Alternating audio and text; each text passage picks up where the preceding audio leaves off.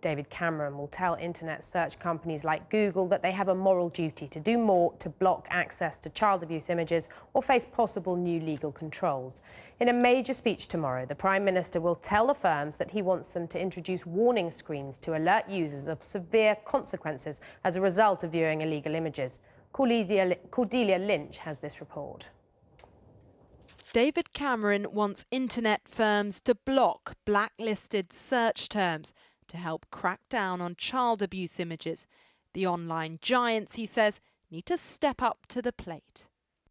Some people are putting simply appalling terms into the internet in order to find illegal images of child abuse. And remember, every one of these pictures is a crime scene and they're getting results. I think it's wrong that they should get results. And if we don't get what we need, we'll have to look at legislation. He's given no detail on what that legislation might involve, but he has called for warning screens or splash pages to be rolled out that will say you could lose your job, your family, even access to your children. Civil liberty campaigners think he's missing the point.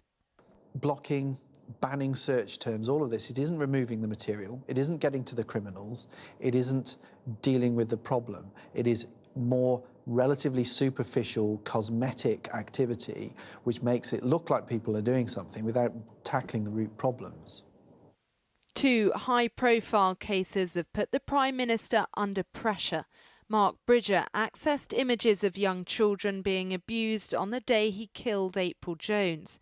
The man who murdered Tia Sharp, Stuart Hazel, also looked at indecent images of children. It's a toxic issue for the likes of Google. They need to be seen to be making it as difficult as possible to find these images. Today, in a statement, the company said, "We have a zero-tolerance attitude to child sexual abuse imagery. Whenever we discover it, we respond quickly to remove and report it. We recently donated $5 million to help combat this problem and are committed to continuing the dialogue with the government on these issues." The Internet Watch Foundation is on the front line of analysing and removing images. They tracked thousands, but there are millions. And there are vast swathes of the internet they can't reach. Peer-to-peer networks on the dark web. There the material is encrypted and effectively invisible to the search engines. Only the police can intervene. David Cameron could have announced money for the police, ways to tackle money laundering, and new pushes for international cooperation. Of course, all those things are difficult and expensive, and David Cameron thinks big business has a moral duty to do more. Well, joining me now is John Carr, an advisor to the government and the secretary of the Children's Charities Coalition on Internet Safety. Well, John Carr, the first question, David Cameron is talking tough, but will it work? What he's saying, he's recognising that the industry are doing something. The idea that they're doing nothing is simply not true. Google in particular being very active recently on it. But what he's also saying is that we need to do more. We don't have enough police officers, courtrooms, judges to handle the volumes of these types of crimes that we now know are taking place on the internet. So we have to find ways to enlist the industry's great technical knowledge to help us deal with this tsunami of crimes against children. But he's talking about blocking certain search terms. I mean, will that work? Is the focus in the right place when most of this surely is paedophiles doing peer-to-peer sharing of images rather than looking things up online?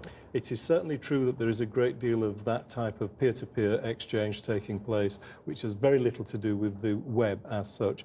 But it is also the case that a great deal of it is taking place on the web, and that's precisely where the Prime Minister's focusing his remarks at the moment. We have to do both. It's not either or. So, I mean, I've got some sympathy in the points that Jim Killick was making earlier. But to suggest that you either put money into the police or you ask the tech companies to do more is a choice. It isn't. You need both of those things to happen. In terms of the deterrent, I mean, you say we can't arrest enough we don't have the resources to arrest enough people. Yeah. But if enough people aren't being arrested, is there really a deterrent? Well, there's been some research done by an academic, Professor Richard Wortley of UCL here in London, and what he saw was that roughly half of the people in his sample, guys who'd been caught and convicted, they were opportunist criminals.